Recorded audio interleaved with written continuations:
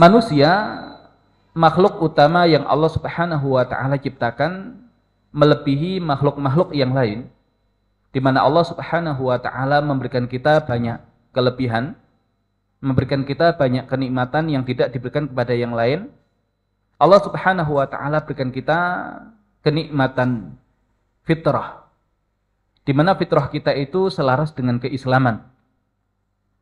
Sehingga Nabi Muhammad sallallahu alaihi wasallam bersabda, kullu mauludin yuladu 'alal fitrah fa abawahu yuhawwidanihi aw yunassiranihi aw yumajjisanihi. Setiap anak yang lahir, maka dia lahir dalam keadaan fitrah, dan fitrahnya itu adalah Islam. Fa abawahu, maka kedua orang ibu bapaknya lah, yuhawwidanihi, yang menjadikan dia Yahudi, au yunassiranihi, atau menjadikan dia Nasrani, au yumajjisanihi, atau menjadikan dia Majusi.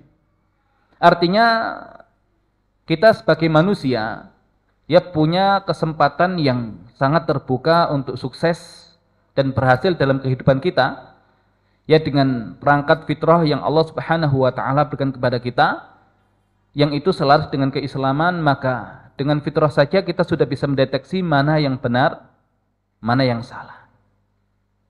Ya, sehingga di dalam Al-Qur'an Allah Subhanahu wa taala berfirman, balil insanu ala nafsihi basirah walau alqa ma'adzirah. Bahkan setiap manusia itu terhadap dirinya dia bisa melihat, ya, apakah dia berbuat baik atau buruk, walau alqa ma'adzirah, walaupun dia memberikan banyak ma'adzirah, udzur-udzur untuk membenarkan perbuatannya itu.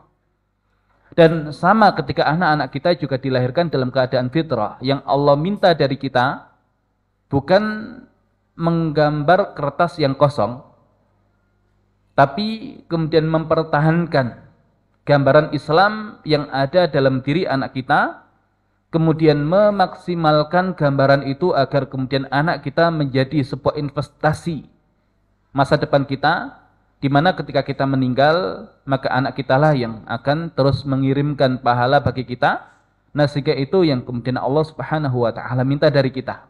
Bukan menggambar kertas yang kosong, tapi mempertahankan gambaran Islam yang ada pada diri anak kita dan memperkuatnya, ya, agar mendapatkan kebaikan yang maksimal sebagai bekal ya untuk menuju alam akhirat kita.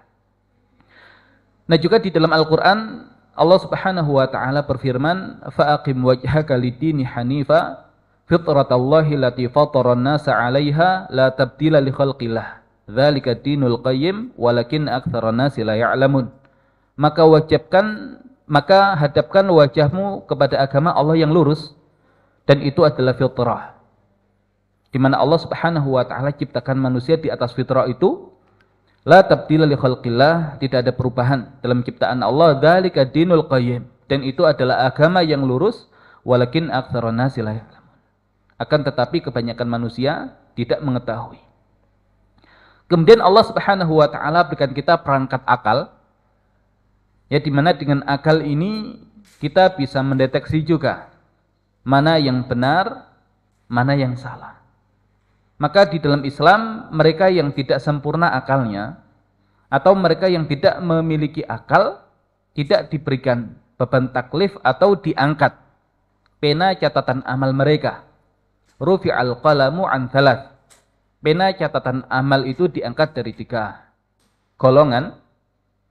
Anis sabi hatta yahtalim, dari anak kecil sampai dia berusia balik. Wa 'anil naimi hatta yastayqidh, dari orang yang tidur sampai dia bangun kembali. Wa 'anil majnuni hatta yaqil, dan dari orang gila sampai kemudian dia berakal. Nah, maka akal ini adalah kenikmatan yang Allah Subhanahu wa taala berikan kepada kita, yang dengannya kita diminta untuk berpikir. Ya, kita diminta untuk mengambil pelajaran. Ya, kita diminta untuk mengambil ibrah.